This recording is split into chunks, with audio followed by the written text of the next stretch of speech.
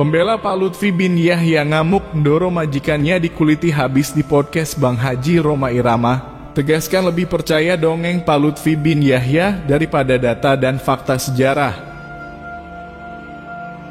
Saya menyebutnya Pak aja ya, Pak Lutfi bin Yahya. Pak Lutfi. Karena ini udah viral juga nih sosok beliau dibicarakan. Iya. Habib Hasan bukan orang asing karena masih pernah keponakan oleh Kanjeng Sultan Hamengkubuwono dan akhirnya diangkat menjadi Panglima Besar. Sesungguhnya KRT Sumodiningrat itu memang betul bukan dari keturunan Keraton Ngayogyakarta. Bukan. Aslinya nama beliau adalah Habib Hasan bin Toha. Berarti semua batal dong. Berarti nama bapak saya bin Yahya, Eyang Mangkudiningrat bin Yahya. Berarti eyang saya, eyang HB2 namanya Yahya dong. Berarti semua gugur dong. Berarti satu keraton Jogja hancur dong identitasnya. Balawi semua.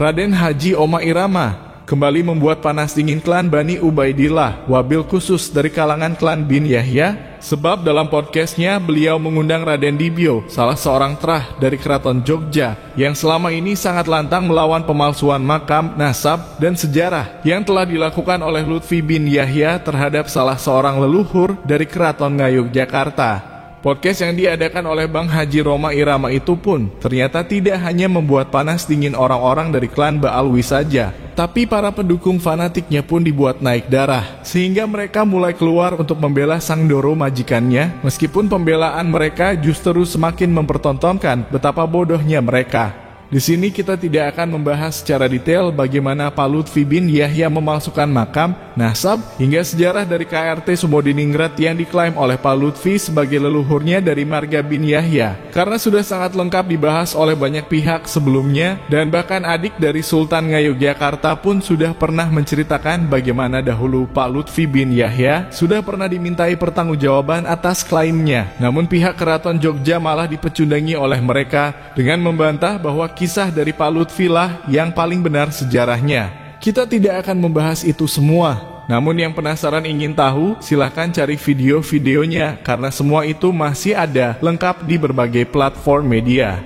Di sini akan kita khususkan untuk membahas salah seorang pendukung fanatik Pak Lutfi bin Yahya, sebab dalam pandangan kita bisa jadi dia mempresentasikan banyak orang di luar sana yang akal sehatnya telah rusak sehingga lebih percaya dongeng yang dikarang oleh Doro majikannya daripada bukti sejarah yang ditunjukkan kepada mereka. Jadi, jika kita menguliti kebodohan Arya, salah seorang pendukung fanatik Pak Lutfi bin Yahya, maka ketahuilah ini adalah untuk kalian semua yang masih membela atau masih berhusnuzon kepada Lutfi bin Yahya yang sudah jelas telah berbuat zolim memalsukan makam, nasab, hingga sejarah para leluhur Nusantara. Dengan tegas kita mengatakan, untuk menjadi seorang mukibin klan Bani Ubaidillah, kalian hanya butuh ketololan dan kegoblokan saja. Sebab si Arya yang mempresentasikan kalian semua, sangat nampak ketololannya ketika membela sang Doro majikan Pak Lutfi bin Yahya. Narasi yang disampaikan untuk membela sang Doro majikan pun semakin menampakkan kebodohan dia, yang ternyata sama sekali tidak paham akan sejarah atau kasus yang menimpa orang yang sedang dibelanya. Untuk membela Pak Lutfi bin Yahya agar tidak dikatakan sebagai pemalsu makam dan sejarah, Arya menarasikan bahwa KRT Sumodiningrat yang dia katakan sebagai Habib Hasan bin Toha memang benar makam sesungguhnya ada di Yogyakarta, sedangkan yang di Semarang hanyalah simbol saja, dibuat hanya untuk memperingati kematiannya, sehingga Pak Lutfi bin Yahya tidak bisa dikatakan sebagai pemalsu makam Sumodiningrat, sang Panglima Perang Kesultanan Ngayogyakarta. Pembelaan super ngawur yang semakin menampakkan ketololannya, sebab sejarah KRT Sumodiningrat versi Pak Lutfi, beliau tidak meninggal dan tidak pula dimakamkan di Yogyakarta, melainkan meninggal dan dimakamkan di Semarang, Jawa Tengah. Kadang-kadang mereka pinter buang narasi begini, Arya, lihat itu makam KRT Sumodiningrat yang di Semarang, bos. Kenapa itu dibaalawikan? Inilah kegoblokan orang. Dia nggak mau tabayun, tetapi kerjanya framing. Oke, sedikit saya ceritakan tentang makam KRT Sumodiningrat. Sesungguhnya KRT Sumodiningrat itu memang betul bukan dari keturunan Keraton Ngayogyakarta. Bukan. Aslinya nama beliau adalah Habib Hasan bin Toha.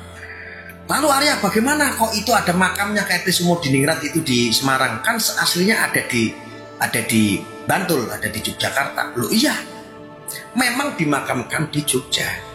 Akan tetapi untuk memperingati ketika sudah almarhum KRT Sumodiningrat alias Habib Hasan bin Toha, maka dibuatlah makam sendiri untuk memperingati. Dibikin makam itu di Semarang.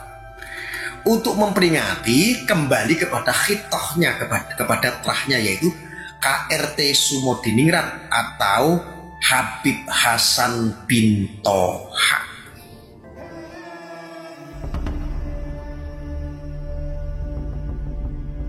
Beginilah ketika orang bodoh tidak sadar akan kebodohannya, merasa dirinya pintar hingga berani mengedukasi orang berdasarkan ketidaktahuannya terhadap suatu masalah, sehingga sudah pasti edukasi yang disampaikan olehnya akan semakin menyesatkan orang-orang yang lebih bodoh dari dia ketika mendengar dan percaya dengan semua ocehannya. Tidak paham suatu masalah, tapi sok pintar menjelaskannya, sehingga apa yang disampaikan pun semakin menampakkan ketololan dia, yang pembelaannya justru bertentangan dengan kisah Sumodiningrat versi Pak Lutfi sebagai orang yang dibelanya, di mana Pak Lutfi mengisahkan bahwa setelah peristiwa Perang Sepehi, Tumenggung Sumodiningrat diutus oleh Sultan Ngayogyakarta untuk pergi ke Semarang, Jawa Tengah, yang pada akhirnya beliau menetap di sana sampai akhir hayatnya. Makanya Lutfi bin Yahya mengklaim telah menemukan makamnya di sana.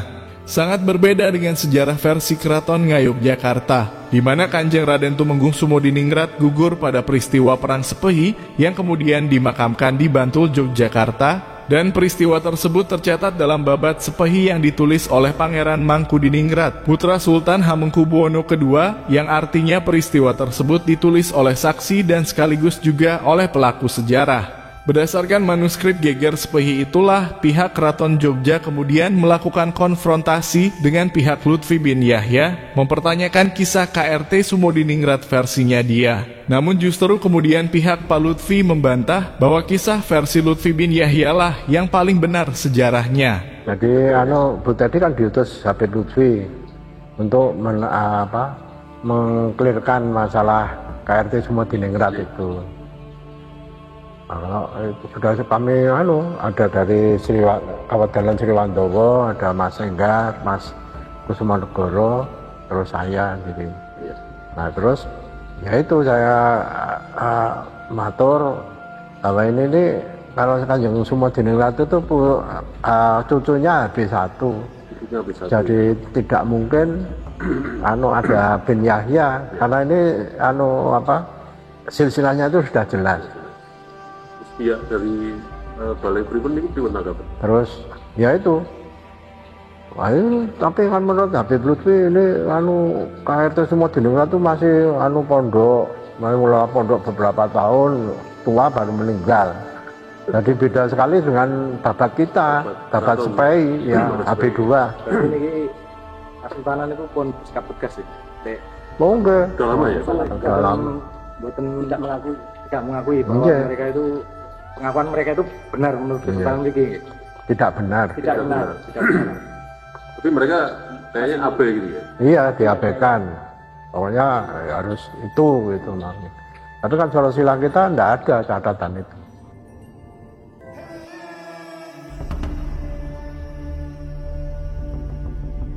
Sudah ditunjukkan data dan fakta sejarah, namun pihak Lutfi bin Yahya tetap abai dan masih bersikuku dengan klaim sepihaknya seolah sengaja ingin pecundangi Keraton Ngayogyakarta sebagai pihak keluarga yang paling sah berdasarkan bukti-bukti sejarah. Bahkan tidak hanya dari manuskrip internal saja yang menguatkan bahwa KRT Sumodiningrat gugur dan dimakamkan di Bantul, Yogyakarta, Inggris sebagai pihak yang kala itu menyerang Kesultanan Jogja pun juga mencatat hal yang sama, di mana telah didapatkan koran sezaman yang mengabarkan bahwa penyerangan Inggris terhadap Kesultanan Jogja telah berhasil membunuh sang panglima perangnya. Dari sini sangat jelas bahwa secara akademisi dan berdasarkan bukti-bukti ilmiah, kisah tentang KRT Sumodiningrat yang gugur pada Perang Sepehi dan kemudian dimakamkan di Jejaran Bantul Yogyakarta, dari segi apapun juga lebih kuat dan lebih sah versi Keraton Ngayogyakarta daripada dongeng Lutfi bin Yahya yang sama sekali tidak ada dasarnya. Karena itulah, jika pembela Lutfi bin Yahya selalu koar-koar bahwa para penuduh tidak berani bertabayun kepada Ndoro majikannya, itu hanyalah bentuk pembelaan tolol dia, sebab pihak Keraton Jogja sudah pernah melakukannya, namun dipecundangi begitu saja oleh mereka dan tetap bersikukuh dengan klaimnya meskipun sudah ditunjukkan bukti-bukti sejarah. Dari sini sudah bisa kita simpulkan, orang-orang yang menjadi pembela Lutfi bin Yahya sejatinya kalau bukan orang bodoh, maka pasti dia adalah orang yang tidak segan untuk menyebarkan dusta, dan kezaliman itu tidak ragu dilakukan oleh mereka hanya demi membela sang Ndoro majikannya.